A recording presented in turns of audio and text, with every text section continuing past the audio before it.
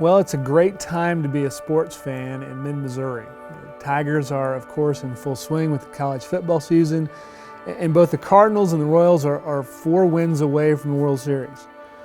And as both a Christian and a lifelong sports fan, I find it really interesting when people talk about the relationship between faith and God on the one hand and sports on the other. And that's a conversation that could go a lot of different places, really, but I want to mention just 2 different ideas that I think are, 1, pretty widely held, and 2, somewhat mistaken.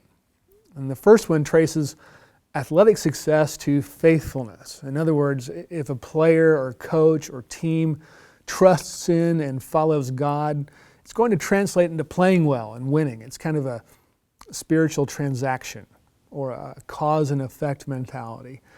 We do A, and God rewards us with B.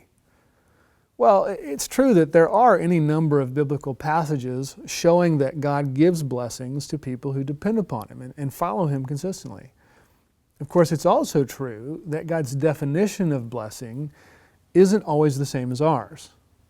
So, for example, God often uses difficulty and suffering to bring about a greater good in our lives. And if God's favor inevitably meant success in a life free of difficulty and setbacks, we're going to have a hard time making sense out of the stories of people like David or Job or Paul, or most importantly, Jesus Himself. And we also need to add in another truth found throughout the Bible, that God routinely blesses people who don't follow Him. So many God-pleasing men and women fail in their sports. And on the other hand, many people who have turned their backs on Him will reach the pinnacle of athletic success. And all that means that we can't manipulate God with our obedience, as if it's some kind of lucky rabbit's foot that's guaranteed to bring us positive results on the field or the court or wherever.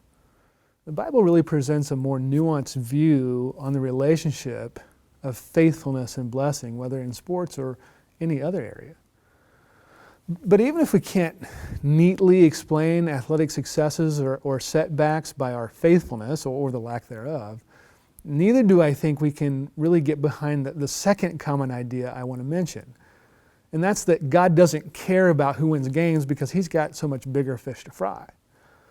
Now I say that because if God is the sovereign Lord of all creation, if a sparrow doesn't fall to the ground outside of His will, then I'm guessing He cares about the outcome of everything from pickup basketball and your 10-year-old daughter's softball game to the Super Bowl and the World Cup. Now, He may not care about them in the same way you and I do. For example, I'm pretty sure it's safe to say that He's not reduced to inconsolable disgust when your team loses a big game.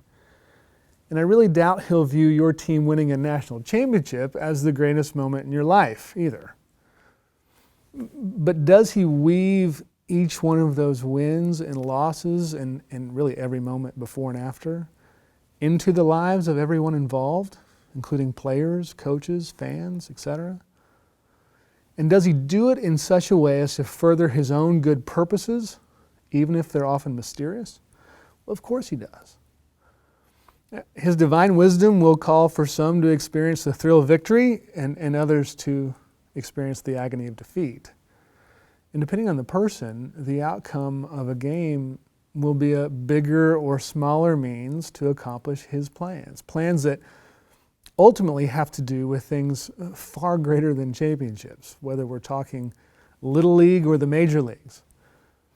And all of this is to say, well, God is involved with sports at all levels in the same way He's involved in every other area of life, sovereignly, and resulting in both His people's ultimate good and His everlasting glory.